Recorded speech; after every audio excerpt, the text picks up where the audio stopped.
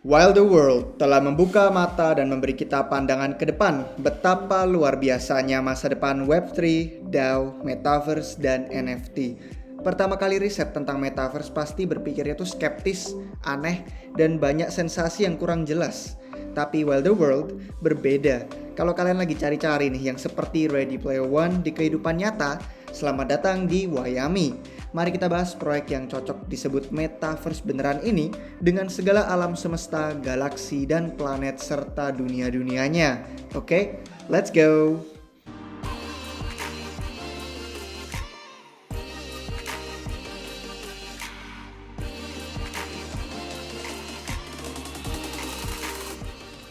Hai guys, selamat datang kembali di Republik Rupiah. Jika kalian baru di sini, kami bukan penasihat keuangan. Jadi anggap informasi yang kami bagikan bukan sebagai sinyal atau nasihat untuk jual beli aset tertentu, hanya sebagai edukasi dan informasi semata.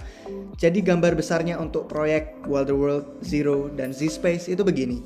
Proyek ini adalah metaverse yang imersif penuh, fotorealistik, terintegrasi VR dan AR, dapat menopang ekonomi digital yang global, mendukung skala internet penuh, dan menjadi rumah bagi miliaran pengguna harian. Ini bisa dipandang sebagai proyek kripto yang melawan entitas terpusat kayak Meta dan perusahaan teknologi besar lain mungkin yang ingin mendominasi Metaverse.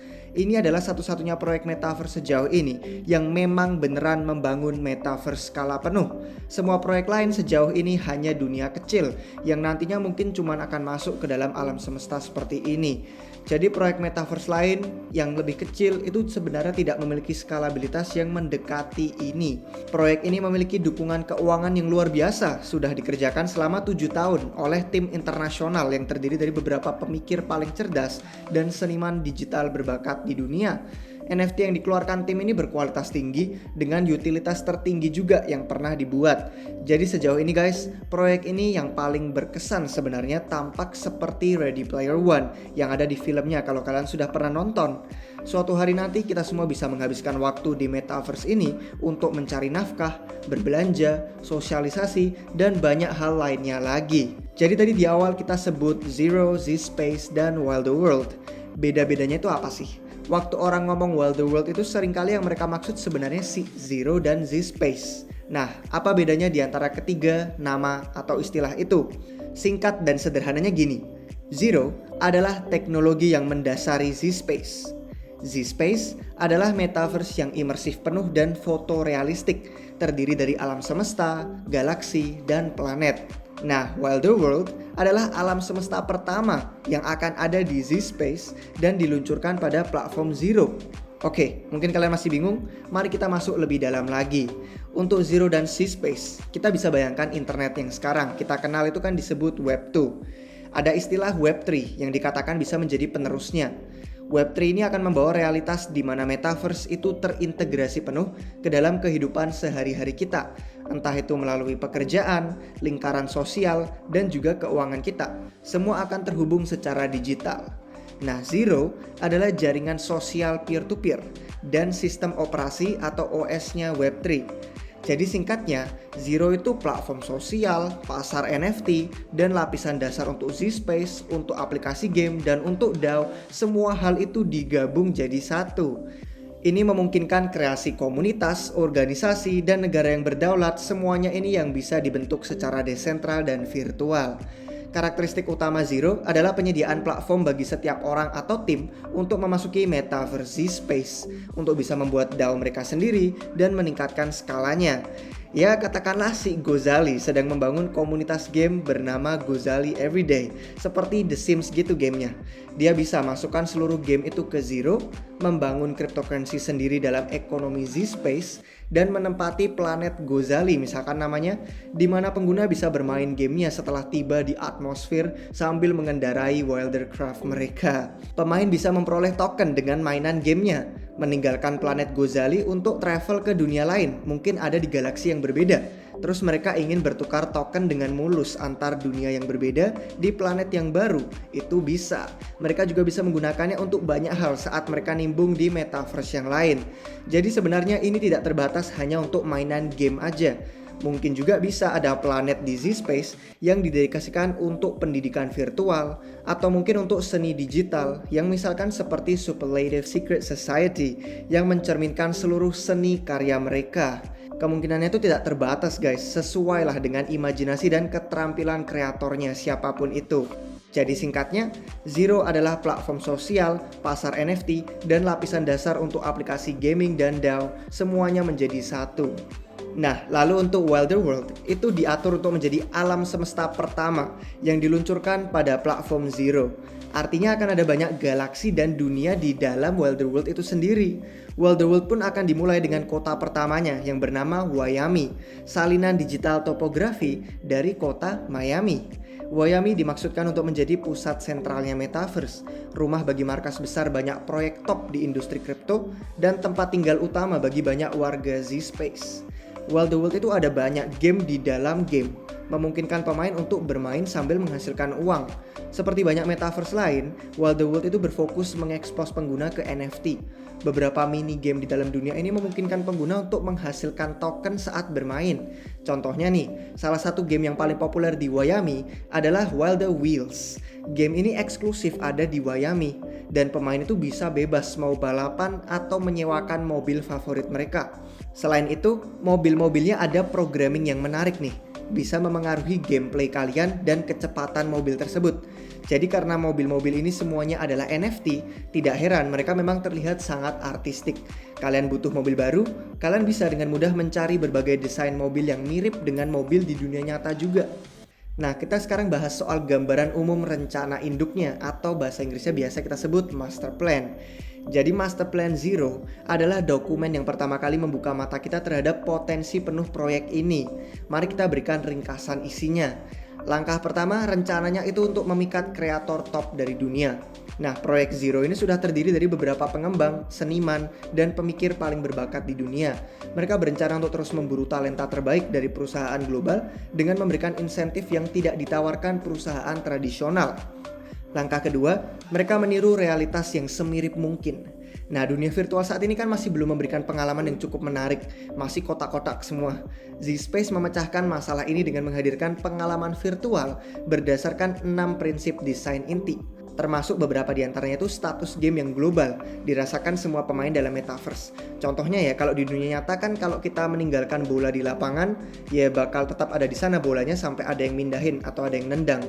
Kalau ada user lain misalkan ngelihat bangunan kebakar di negara lain, terus saya mengunjungi tempat itu, seharusnya kan memang kebakarannya masih berlanjut. Atau kalau sudah selesai, reruntuhan bangunannya masih ada.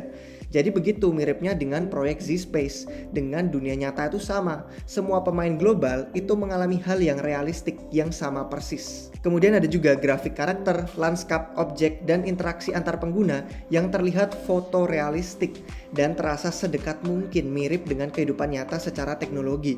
Jadi kita di sini ngomongin soal kualitas AAA atau kualitas sebaik mungkin dengan teknologi yang kita punya saat ini yang tersedia. Seiring dengan kemajuan teknologi, begitu juga realisme Z-Space akan berkembang. Aset-aset 3D juga harus bisa dialami di dalam dan di luar Z-Space. Jadi Z-Space dimaksudkan untuk mendukung integrasi teknologi dengan menggunakan VR dan AR, komputer desktop atau browser melalui streaming, juga bisa melalui ponsel dan tablet. Uang yang bisa semuanya kita peroleh di sini juga seharusnya bisa digunakan membeli barang-barang nyata di luar Z-Space dan sebaliknya. Untuk master plan langkah ketiga itu arsitektur yang desentral dan terdistribusi. Ini sebenarnya semua hal teknis sih, yang menyatukan lingkungan yang ditampung di server terpisah untuk menjadi mulus. Bisa dijalankan jaringan desentral dengan berbagai node dan jarak-jarak yang terpisah di antara mereka.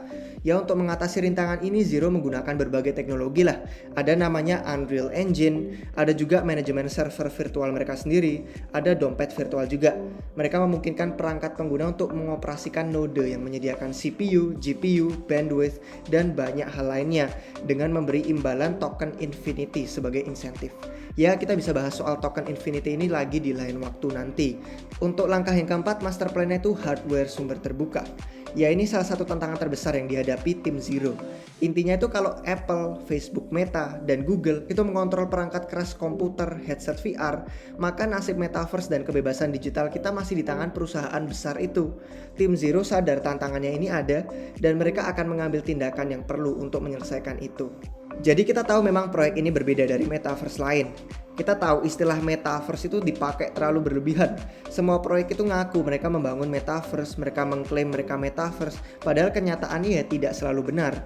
Pikirkan aja metaverse sebagai realitas digital, tempat sepenuhnya yang imersif di mana semua hal di dalamnya itu berupa NFT dengan nilai yang melekat.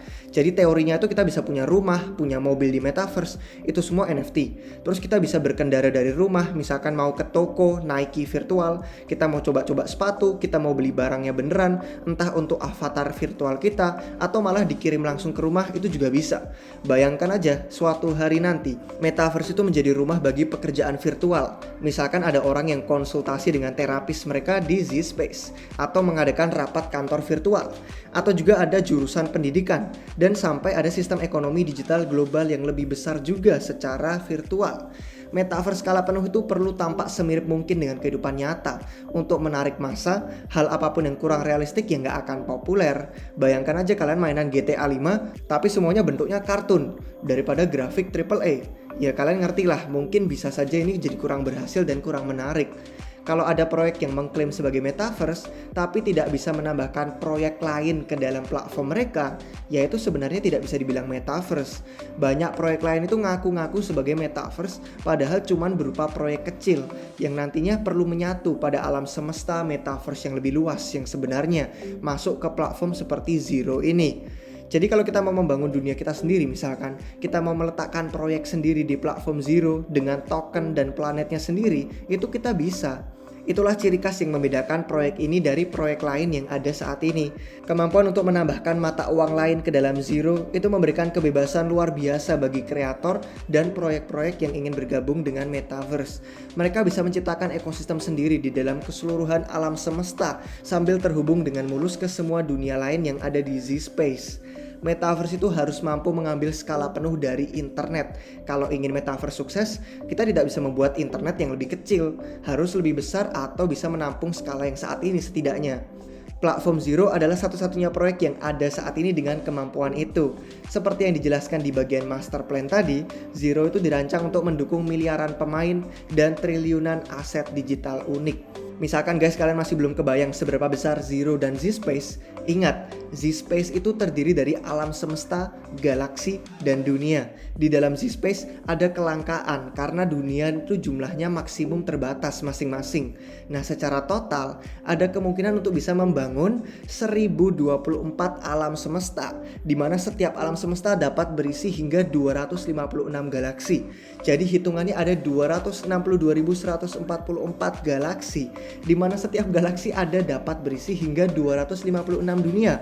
Jadi kalau kita hitung lagi matematika, totalnya itu sampai 67.108.864 dunia yang berbeda dan unik. Masih belum kebayang besarnya metaverse ini? Mari kita lihat lebih jauh. Mengingat masing-masing dunia akan bervariasi dalam ruang lingkup dan ukurannya, batas tanah virtual itu ditetapkan di tingkat galaksi. Jadi ada variasi dan keragaman di tingkat dunia, sambil juga membawa keseragaman ke Z-Space. Luas maksimum daratan yang bisa diterbitkan dalam sebuah galaksi adalah 1.800 km persegi, atau kira-kira seluas permukaan Alaska. Nah terakhir, keseluruhan metaverse Z-Space, total luas daratan maksimum yang tersedia itu ada 471.859.200 km persegi, atau kira-kira 93% ukuran planet bumi. Mau lebih jauh lagi, sebenarnya cuma sekitar 30% dari luas permukaan bumi yang merupakan daratan, dan sebagian besar tidak dapat dihuni. Jadi manusia sekarang di bumi hanya menempati kurang dari 50% lahan yang ada. Berarti manusia tuh hanya menempati kurang dari 15% isi bumi. Jadi kalau Z-Space itu menyediakan 93%-nya luas permukaan bumi, ya kami pikir sebenarnya ada banyak banget ruang untuk waktu yang sangat lama. Jadi gimana guys menurut kalian tentang proyek ini? Jika kalian tertarik dan suka dengan video ini, silahkan like dan juga subscribe ke channel YouTube Republik Rupiah biar gak ketinggalan video terbaru dari kami. Terima kasih guys untuk kalian semua yang sudah menonton sampai akhir. Sampai jumpa kalian semua lagi di waktu yang berikutnya. Cheers!